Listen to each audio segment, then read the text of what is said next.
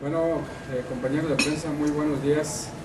Primeramente queremos comentar que el Comité Ejecutivo Nacional Democrático y el Congreso Nacional de Bases, donde se agrupan una gran cantidad de contingentes de secciones magisteriales del país, estamos en una posición firme para echar abajo las reformas educativas y estructurales. En ese sentido, hemos trabajado en una amplia gama de ejes que son el político, con todas las movilizaciones que se han realizado en el país, el sindical, que tenemos una demanda contra el CENTE, desconocemos a Juan Díaz de la Torre, el pedagógico con nuestro proyecto nacional alternativo de educación y cultura, que ya está trabajándose en muchas escuelas del país, el jurídico, que hemos realizado con una gran determinación y responsabilidad para defendernos ante las inconvencionales leyes que se están implementando. Ante esto, los hemos llamado para dar el informe de que los amparos que se van a dictaminar mañana por los magistrados son los amparos que trabajó el Comité Ejecutivo Nacional Democrático del CENTE. Aquí queremos solicitarles que se pudiera dar esta aclaración, y ante esto estamos preparados para todo un escenario nacional e internacional en función de la determinación que se tome. Y en este mismo sentido queremos decir que vamos a realizar toda una organización para echar abajo la reforma educativa, y sobre todo en esta parte de el acto de aplicación de la ley, que vienen siendo las evaluaciones. Buenas tardes. Quisiera yo comentar varias cosas. Desde que se dieron las reformas constitucionales en los artículos 3 y 73 constitucional, llegamos a plantear los primeros amparos contra esas modificaciones que llegaron a reconvertir todo el derecho laboral de los trabajadores del magisterio, hasta anularlos completamente a través de estas reformas constitucionales. Nosotros presentamos los primeros amparos que se dieron con motivo de la reforma publicada el 26 de febrero del año 2013. Posteriormente presentamos una serie de amparos con motivo de la publicación de las tres leyes reglamentarias, las que tienen que ver con la ley del servicio profesional docente, las que tienen que ver con la Ley General de Educación y con la ley del Instituto Nacional de Evaluación Educativa.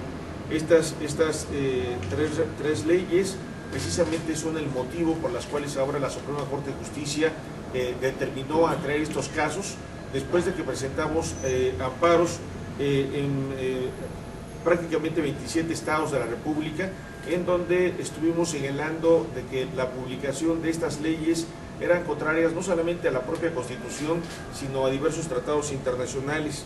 Uno de los aspectos fundamentales que estamos cuestionando en nuestros amparos es precisamente que se está violando el principio de retroactividad. En este caso, nosotros lo que señalamos es de que no es posible que este tipo de legislaciones puedan aplicarse de manera retroactiva en perjuicio de los docentes, dado que la circunstancia en la que se están dando estos escenarios, varios profesores tenían desde 25, 20 años, 15 años o 10 o más años de antigüedad, con nombramiento de base y con derechos anteriores a la publicación de estas reformas.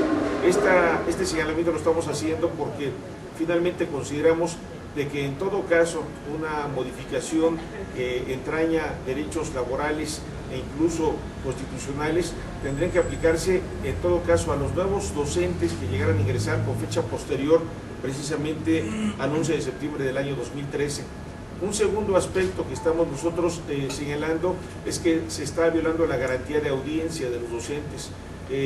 Anteriormente la legislación que se ha venido aplicando a los docentes es precisamente la legislación laboral, y en todos los estados, sin excepción, se plantea que antes de llevar a cabo un cese de un trabajador tiene que haber la intervención necesaria de la representación sindical, además de la participación del trabajador, que pueda aportar los elementos necesarios, y posteriormente, en todo caso, se lleva a cabo un juicio ante los tribunales burocráticos para que, derivados de una resolución que emita este tribunal, entonces se pueda separar a los docentes.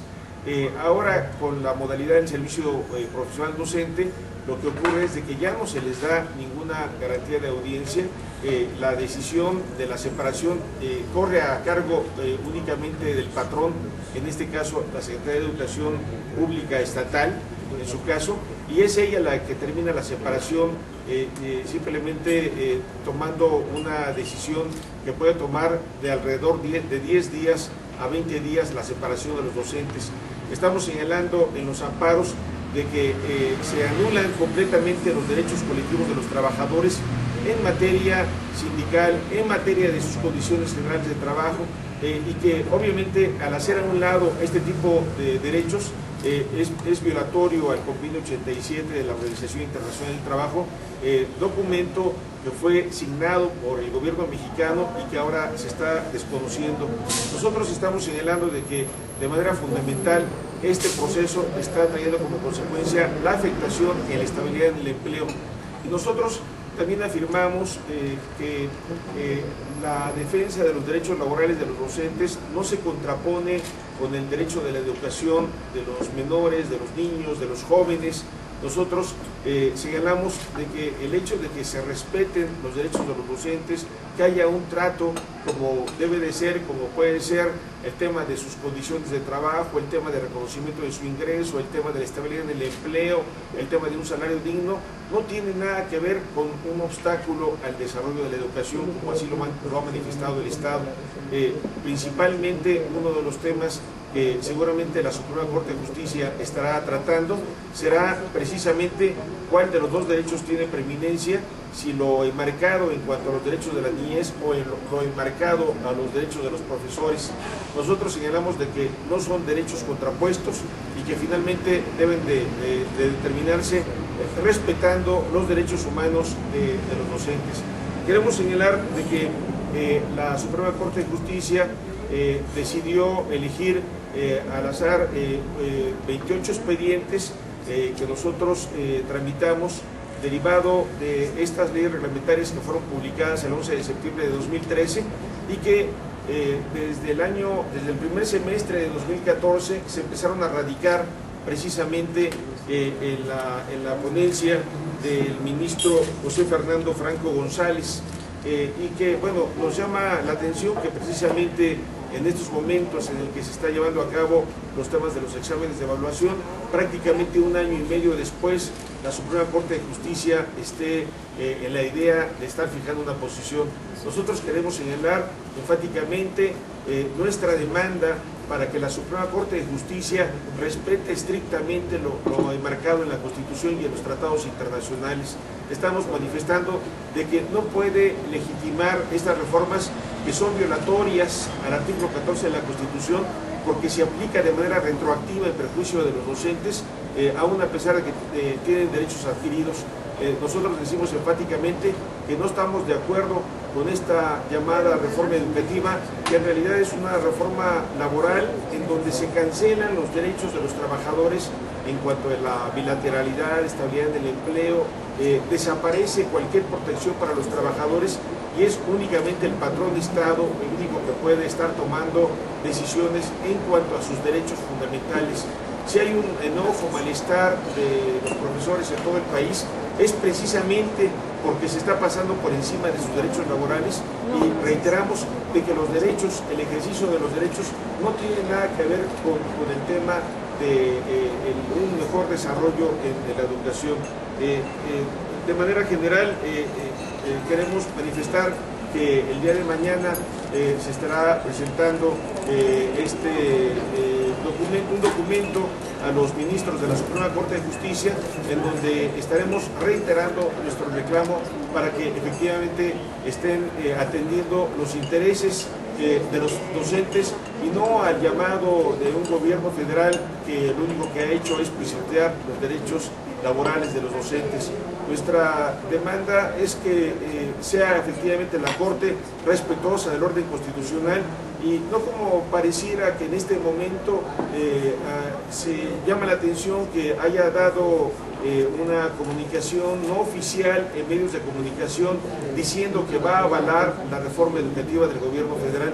Eso nos parece que de llevarse a cabo y concretarse una cuestión de esta naturaleza sería un acto deleznable, porque en efecto la Corte tiene otro objetivo. Nosotros estamos incluso preparando de haber una resolución contraria a lo que marca la propia Constitución, de incluso estar agotando los caminos internacionales y incluso acudir ante la Comisión Interamericana de Derechos Humanos para plantear una queja en contra del gobierno mexicano, precisamente por este tipo de actos que ya está llevando a cabo en todo el país. Queremos señalar de que hemos presentado 4 grupos de amparos desde que se inició este tema de la reforma educativa, y que se ha dado esta pelea en todo el país prácticamente. Los 4 amparos, el primero fue contra la reforma a la Constitución en sus artículos 3 y 73. El segundo grupo de amparos fueron contra las leyes reglamentarias, la Ley General de Educación, la Ley del Servicio Profesional Docente, la Ley del Instituto de Evaluación Educativa. Un tercer grupo de amparos fueron contra los congresos de los estados, en donde cada uno publicó una ley general de educación estatal, en donde adaptó precisamente las reformas que se llevaron a cabo en la Constitución y en las leyes generales. Y hay un cuarto grupo de amparos que hemos presentado precisamente contra los lineamientos que publicó recientemente el Instituto de Evaluación Educativa el pasado 7 de abril del año 2015, en donde se han dado el curso a estos amparos. Ya hemos logrado que en 2 estados de la República, precisamente del estado de Jalisco y del estado de Michoacán, se estén por jueces de distrito otorgando la suspensión definitiva. Esto es, de que mientras se tramitan los amparos no se puede obligar a los docentes a ser obligados a presentar el examen de evaluación. Es decir, en términos generales, esta es la información y hacer de su conocimiento del planteamiento de esta lucha legal que están llevando a cabo los docentes en este país. Maestro Villa, ¿algún agregado? Bueno, quiero ser muy breve. Yo fui despedido como consecuencia de esta política que atenta contra los derechos laborales. Fui despedido en 2012. Tengo 3 años en un litigio para demandar salarios caídos, puestos de trabajo, etc. Y el 8 de junio fui detenido por ministeriales federales en la ciudad de Puebla. 8 de junio actual. Este 8 de junio reciente.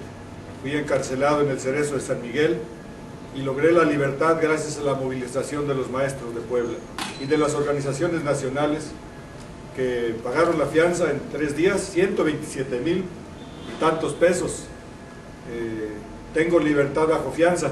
Estoy sosteniendo ahora mi defensa en un proceso en el que se criminaliza a los maestros, se criminaliza la protesta, se me señala como pandillero, como delincuente, por atentar contra las vías generales de comunicación.